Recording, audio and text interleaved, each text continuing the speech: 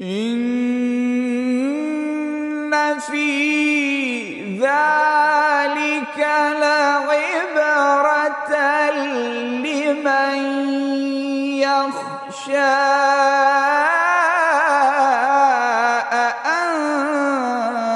أأنتم أشد خلقا أم السماء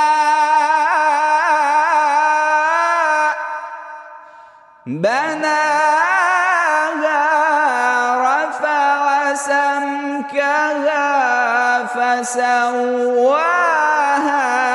وأغطش ليلها